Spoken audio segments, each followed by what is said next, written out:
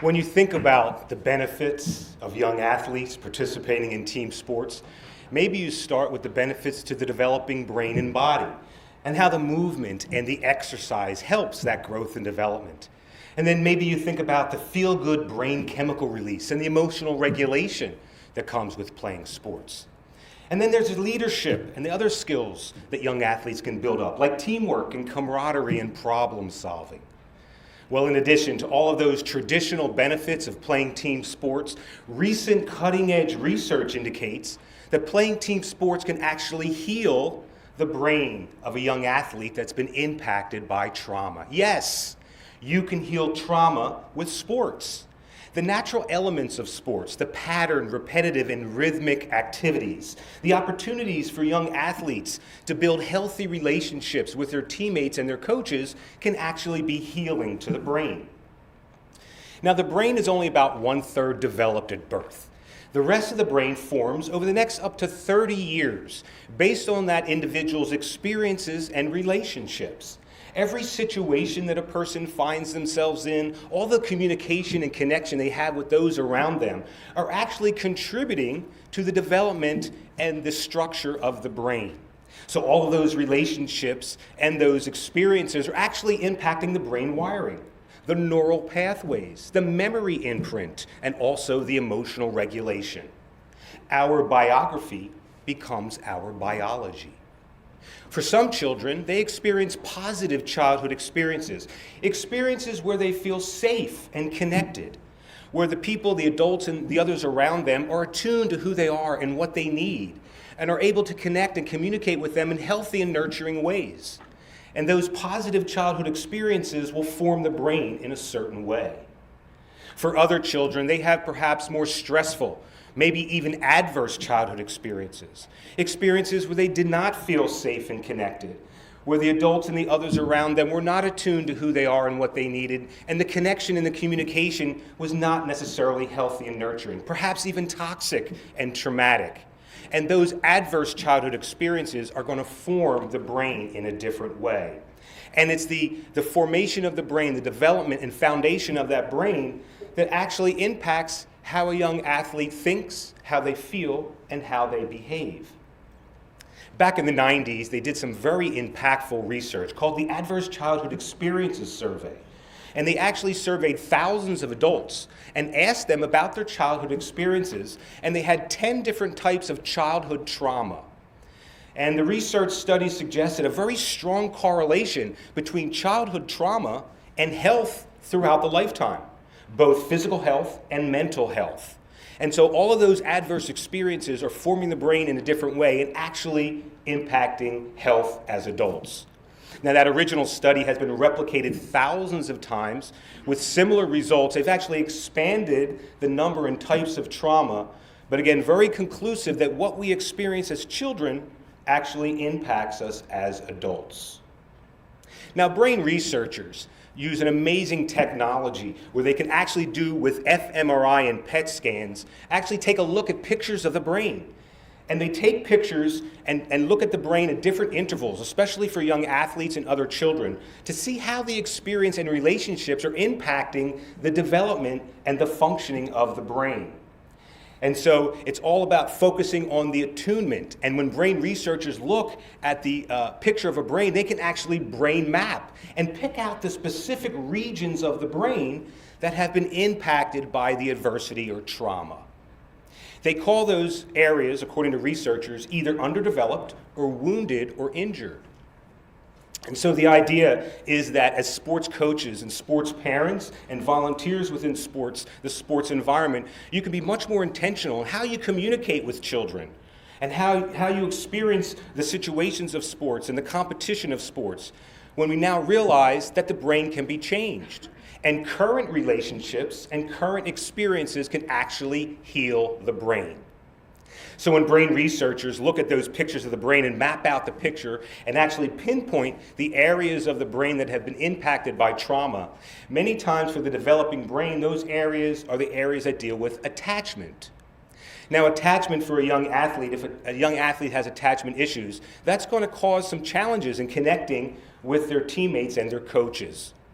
And so if we can pinpoint those areas of the brain, we can be much more intentional about meeting the needs of that brain for growth and development, but also facilitate healing. So as sports coaches, sports volunteers, any adults in a child's life, you can become secondary attachment heroes and be much more intentional about your current relationships and current experiences to help facilitate the healing. Now, brain researchers suggest that healing comes from 3 different levels. The first level is the individual themselves, the athletes. Yes, even young athletes can be made much more aware and understanding of who they are and why they respond and feel like they do in certain situations. They can be empowered with new strategies and tools to help get them into a calmer, more regulated place to make better decisions. And then the second level, according to researchers, is the family. The family of the young athlete or any child can be made much more aware and understanding about the behaviors of that child and the capacity of his or her brain and how their experiences are impacting the brain's capacity, which is causing those behaviors. To encourage the parents and family to look past the behaviors to some underlying needs. Behavior is need-driven. Meet the need, change the behavior. And so to be able to empower families to be able to assess and attune to those needs, to be able to meet those needs and get the appropriate behavior.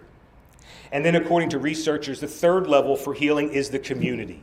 And that's the sports coaches, sports parents and volunteers, any adult in a child's life who can appreciate that child's journey and realize that his or her experiences are impacting who they are today, how they think, how they feel, and how they behave. And sports coaches can look at young athletes with not what's wrong with them, but what's happened to them to cause them to behave a certain way.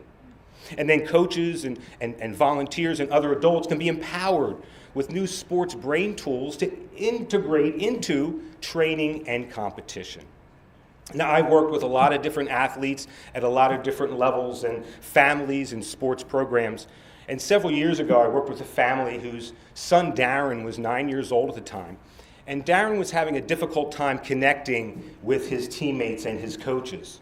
Now, Darren loves sports. He was a big kid. He was bigger and stronger and faster than most of his peers.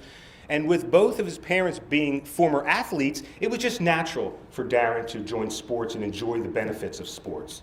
And when he was out there, he loved being in the open space, out on the court or on the field, as it made him feel very regulated. Now, Darren's challenge, because of a lot of significant trauma in his past, was that he had a difficult time connecting with people, and we suspected he had some attachment issues. And so the idea was to help Darren understand about all this energy and give him ways to get this energy out. Because many times when that energy would get trapped for Darren and he would become dysregulated, when he would first get to practice, he needed negative attention to be able to get him regulated. So he would go into his teammates' sports bags and use their equipment, borrow their water bottle, go into the team bag and annoy his coaches. And all of that negative attention was meeting a need for Darren. So what I helped Darren understand, and we spent a lot of time together, and we really bonded, and I helped him understand that fidgeting and holding on to something actually helped him calm down. So on the way over to practice, I encouraged him to take anything out of his sports bag, whether it was the ball or the water bottle or even his cleats, to give him something to hold on to and to touch and fidget with. It's those tactile touches that actually can send relaxing signals to the brain. And so rather than Darren just sitting, waiting, and looking out the window on his way over to practice and all that energy building up inside of him, and then when he got there, he would burst out. And because of that dysregulation, his need for negative attention would have him be able to touch other people's stuff and do some inappropriate things. And so by having him hold on to something and fidget with something on the way over, he was in a much more calmer and regulated place when he got to the field. And then we moved on to the family. And I was able to work with the family. There was some unhealthy communication and some unhealthy discipline and really helping them look underneath the surface, past the behavior, and try to figure out what Darren needed. I helped and coached them with new communication tools to be able to talk so Darren would listen to them and listen so Darren would talk. And by being able to meet those needs, they were able to get a different behavior. Now, in terms of his coach and his practice, many times Darren would be getting to practice right on time or a couple minutes late, which added to his dysregulation. So I worked with his family to switch some logistics around to get him some different rides to be able to get him to practice early, which helped get him into a calmer place. And then we moved on to the third level, the community.